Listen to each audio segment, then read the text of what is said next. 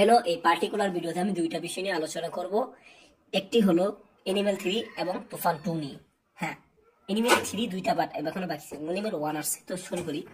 Animal 3 updates 3 পার্টে আসছে animal. দ্বিতীয় পার্টের কাজ শুরু হবে 2027 সালে।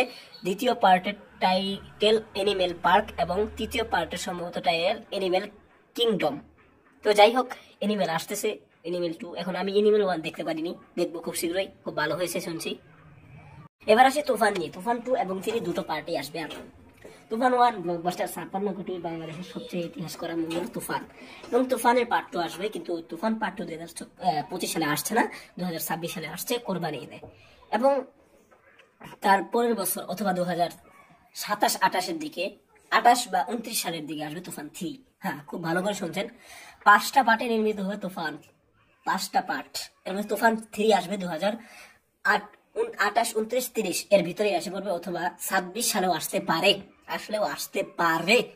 যদি ধরেন তুফান 2 পরে যদি 100 কোটি ক্লাবে উঠে যায়, তাহলে অবশ্যই পার্ট 3 পরের বছরে আনার চেষ্টা করবে। থ্যাংক ইউ আজকের ভিডিওটি দেখার জন্য।